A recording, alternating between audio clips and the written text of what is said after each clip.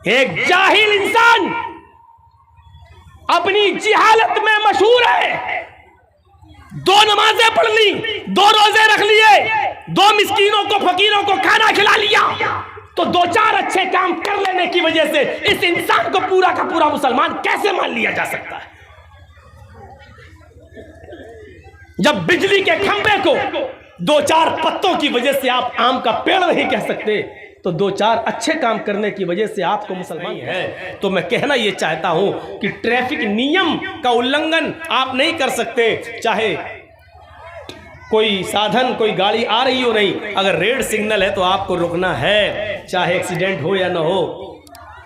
इसी तरीके से कुरान ने जो नियम बना दिया, जो कानून बना दिया, वो हमें फॉलो करना है, चाहे उसमें हमारा फ़ायदा हो या ना हो, चाहे उसमें हमारा नुकसान ही क्यों ना हो, लेकिन उसको फॉलो करना है।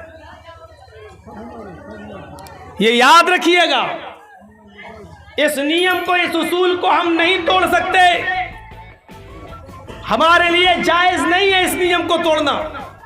हमारी समझ में आए या ना आए, हमें इस्लाम के हर कानून को मानना पड़ेगा। हमारी अक्ल में ये मोज़ों पर मसा किया जाता है, कहाँ किया जाता है आपको मालूम है? जब वुज़ू आप बना रहे हैं तो ये मोज़ों पर मसा करते हैं, तो ऊपर करते हैं ऐसे, अपने हाथों को तर करिए, और ये तरीका है, ये 5 उंगलियां इस तरीके से आप लाइए और यहाँ तक लाइए, टखने तक, ऐसे करके यहाँ तक, ये 5 उंगली यहाँ तक, ये आपका मसा हो गया। अक्ल क्या कहती है? अक्ल कहती है कि हम ज़मीन पर चलते हैं तो गंदगी, मिट्टी या गंदगी नीचे लगती है। जब हम ज़मीन पे चलते हैं तो कायदे से हाथ तर करके हमें नीचे फेरना चाहिए, ताकि नीचे का हिस्सा पाक हो जाए। लेकिन अल्लाह के रसूल ने तर हाथ करके, हाथों को भिगोकर नीचे फेरने का हुक्म नहीं दिया, बल्कि ऊपर फेरने का हुक्म दिया है, ऊपर। अब आप कहेंगे साहब गंदगी तो नीचे लगती है, अल्लाह के नबी ऊपर के हुक्म दे रहे हैं, हमें नहीं मालूम क्यों दिया है, और ना ही अल्लाह के रसूल के इल्म में हमें बराबर का शरीक होने का हक है। हमें सिर्फ इतना मानना है, नबी ने कहा है, हमें करना है, यही कानून है, इसी को हमें फॉलो करना है, चाहे हमारी अक्ल में आए या ना आए। अभी हमारे मोहतरम मौलाना जमालुद्दीन साहब कितना ललकार रहे थे, आप बताइए और इकरार कीजिए।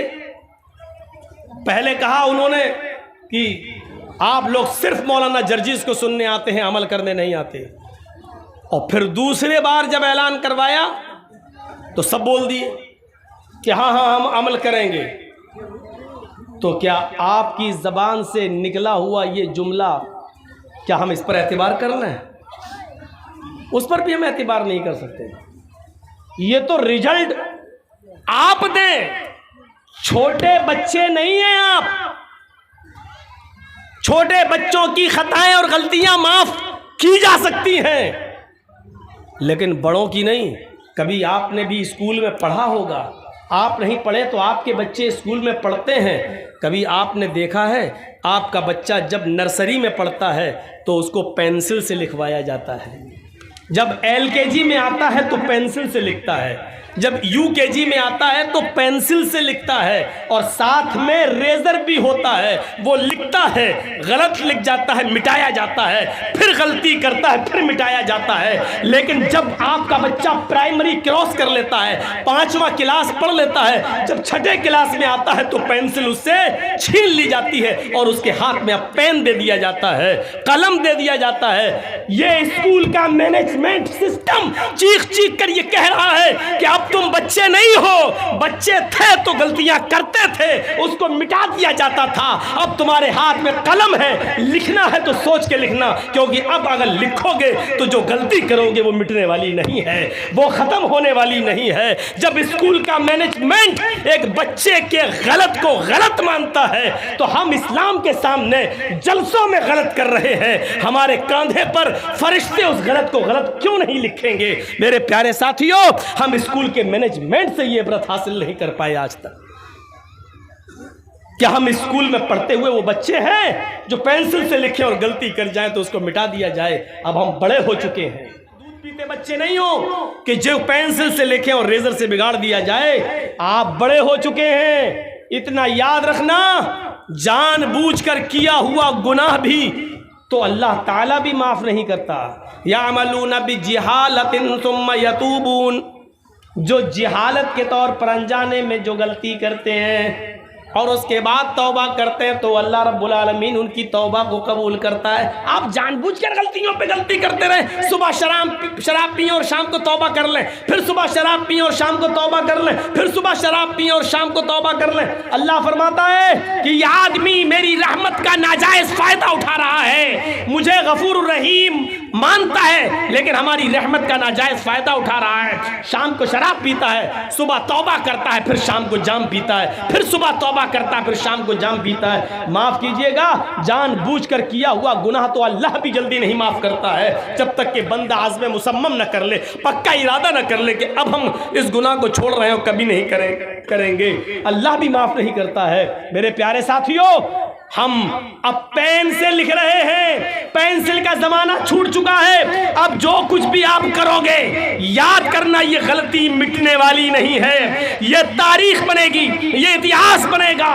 पेंसिल से लिखकर रेजर से बिगाड़ने वाला ज़माना हमारा ख़त्म हो चुका है। अल्लाह के रसूल ने फरमाया था, जब तुम्हारे बच्चे 7 साल के हो जाएं तो नमाज पढ़ने का उनको हुक्म दो और उनको मस्जिद में ले जाओ। कभी पढ़ेंगे कभी छोड़ेंगे, कभी पढ़ेंगे कभी छोड़ेंगे, कोई बात नहीं, उनकी आदत डलवाओ। लेकिन जब 10 साल के हो जाएं तो बचपना उनका ख़त्म हो गया है और 10 साल के बाद भी अगर वो नमाज ना पढ़े तो उनको मारो, फज़रिबूहुम, तो उनको मारो और मस्जिद में ले जाओ। यानी 7 साल से लेकर 10 साल तक की ज़िंदगी आपकी बचपने की ज़िंदगी शुमार की जा सकती है, लेकिन 10 साल के बाद अब आपके हाथ में पेंसिल नहीं है, पेन है। अब जो भी आप करेंगे वो सोच समझ कर कीजिएगा, क्योंकि ये गलती मिटेगी नहीं। गलत लिखोगे तो लिख जाएगा, मिटेगा नहीं, नक्श हो जाएगा और आगे चल के ये तारीख बनेगी। हिटलर ने जो गलती की आज उसको हम तारीख में पढ़ते हैं, नेपोलियन ने जो गलती की आज उसको हम देखते हैं, हज्जाज इब्ने यूसुफ जो गलत कारनामे करके गया आज उसको याद किया जाता है और उसको जालिम कहा जाता है। याद रखो, इतिहास बनाओ तो अच्छा इतिहास बनाओ। हम नहीं रहेंगे 100 साल के बाद, जब नस्लें आएंगी तो हमारा नाम लिया जाए और हमारा जिक्र खैर हो, हमारा जिक्र खैर हो, हमारा जिक्र हिटलर में ना हो, हमारा शुमार हज्जाज इब्ने यूसुफ में ना हो, हमारा शुमार चोरों लुटेरों में ना हो।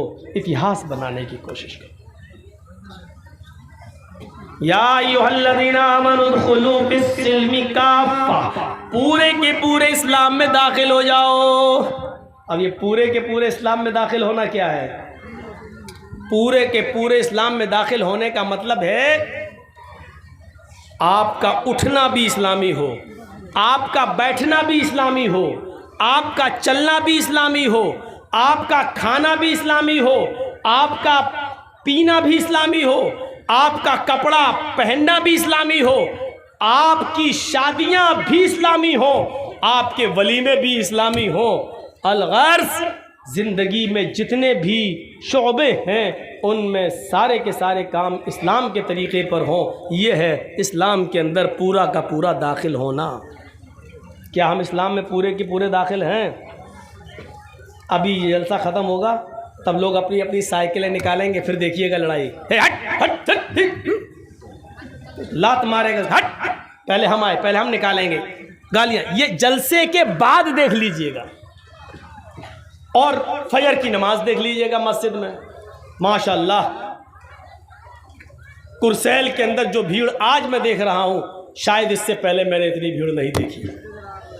और शायद ये नतीजा है 2 मरतबा जो कोरोना का काल रहा है और उसमें कोरोना के पीरियड में जो जलसे नहीं हो सके, उसके बाद शायद ये फर्स्ट बार जलसा हो रहा है जिसकी वजह से इतनी भीड़ नहीं हुई कभी जो आज हो रही है। लेकिन इस भीड़ को हम क्या माने, ये हमारी मस्जिदें बताएंगे, ये हमारी मस्जिदें।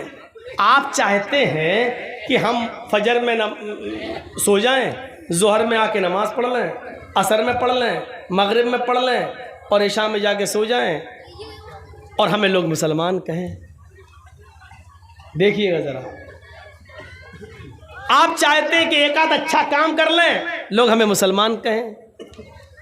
2-4 वक्त की नमाज पढ़ लेने से, मिसाल पर गौर कीजिएगा, 2-4 वक्त की नमाज पढ़ लेने से, 2-4 रोजे रख लेने से, 2-4 इस्लामी काम कर लेने से आप मुसलमान नहीं कहलाएंगे। मिसाल दे दूं, बिजली का एक खंबा लगा हुआ पोल, उस पर अभी बिजली के तार दौड़ाए नहीं गए हैं, लेकिन दौड़ना है। लाइट आएगी आपके गांव में, बिजली के खंबे लगा दिए गए, अचानक आंधी आती है और आपके गांव में आम के पेड़ लगे हुए हैं, अचानक पेड़ से कुछ पत्ते टूटते हैं और बिजली के खंबे पर, बिजली के पोल पर चिपक जाते हैं। आम के पेड़ से पत्ते टूटे और बिजली के खंबे पर चिपक गए, बिजली के पोल पर चिपक गए। अब आप उस बिजली के पोल को बिजली का पोल कहोगे या आम का पेड़ कहोगे? क्या कहोगे? वो बिजली का खंबा है या आम का पेड़? जर्जीत साहब ये क्या है? जर्जीत साहब भी कहेंगे बिजली का खंबा। भक्त पागल, बिजली का खंबा कहां है? उस पे आम के पत्ते दिख नहीं रहे तुमको? चंद आम के पत्तों के चिपक जाने से क्या बिजली के खंबे की हैसियत बदल जाएगी? नहीं बदलेगी।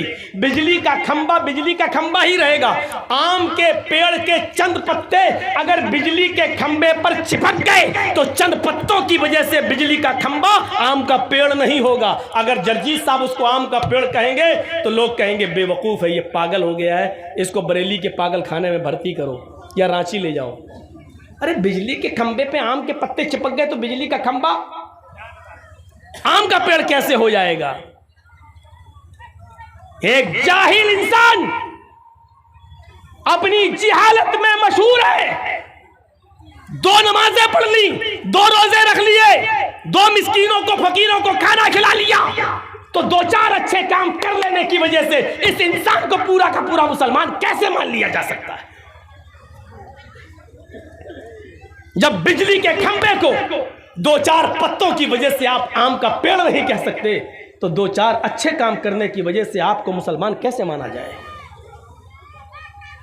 आम का पेड़ तभी माना जाएगा जब वो अपनी जड़ में भी आम हो, अपनी शाखाओं में भी आम हो, अपने पत्तों में भी आम हो और उसमें आम के फल भी लग रहे हो, तब वो आम कहलाएगा।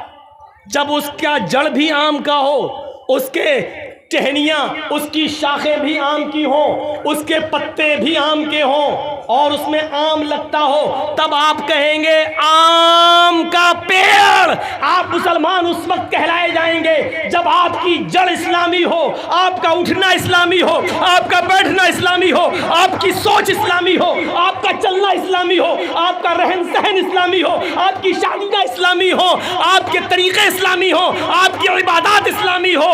ये सब काम जब अपनी जड़ से जुड़े हुए होंगे और इस्लामी होंगे, तब आपको कहा जाएगा कि आप मुसलमान हैं।